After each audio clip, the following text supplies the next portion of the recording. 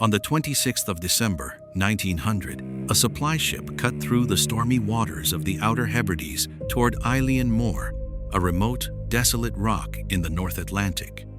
When the crew landed at the Flannan Isles lighthouse, expecting a warm welcome, they found absolute, haunting silence. The gates were locked.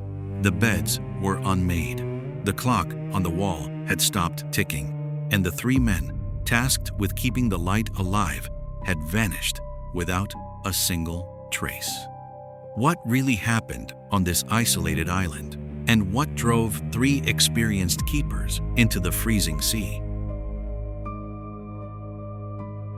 Eilean Mòr was known as the Great Isle, though there was nothing grand about it.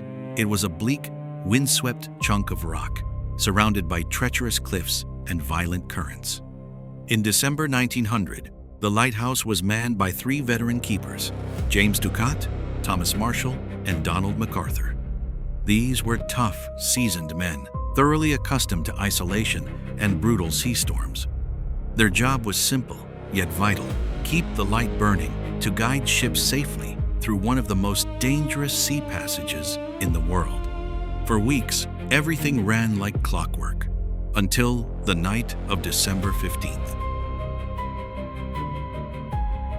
Passing ships reported that the Flannan Isles light was dark, but a severe Atlantic storm battered the region, preventing any relief ship from reaching the island for 11 agonizing days.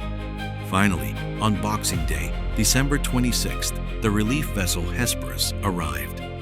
As the ship anchored, Captain James Harvey blew the horn and fired a signal flare. No flag was raised on the island's pole. No one came down to the landing. A veteran keeper named Joseph Moore stepped onto the island alone. As he climbed the steep concrete steps toward the lighthouse, a cold sense of dread washed over him. Inside the lighthouse, Moore found a scene frozen in time. The kitchen table held the remains of a meal. The fireplace was cold. The clock had run down and stopped. Two sets of heavy oilskin coats were missing from the pegs, but curiously, the third coat remained hanging. According to lighthouse rules, one keeper was required to stay inside at all times. Whoever left in a hurry had broken protocol.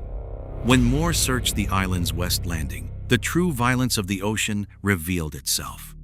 Over 110 feet above sea level, massive iron railings were twisted like wire. A concrete supply box was shattered, and heavy iron equipment had been torn from its moorings. Something monstrous had struck this rock. Over the decades, wild theories emerged. Folklore spoke of sea monsters, alien abductions, and madness driving the men to kill one another. The last entries in the logbook sparked endless mystery, describing a storm so terrifying it made hardened men weep. Yet, weather reports on the mainland claimed the sea was calm that day. The official investigation, however, pointed to a far more chilling reality: a rogue wave. On that fateful afternoon, a sudden, colossal wave rising over 100 feet out of the ocean likely smashed into the west landing. Two keepers were likely securing gear when the wall of water swept them away. Seeing his comrades in peril, the third keeper rushed out without his coat to help, only for a second monster wave to wash him into the abyss forever. The bodies of James Ducat, Thomas Marshall, and Donald MacArthur were never recovered. Today, the Flannan Isles lighthouse is fully automated. No human stands watch on Eilean Mòr anymore. But as ships pass the solitary tower on dark Atlantic nights, the mystery remains carved into the rock. Three men went out to sea, and the island kept their story. If you enjoyed this mystery, don't forget to like, subscribe, and share your thoughts in the comments below. What do you think happened on Eilean Mòr?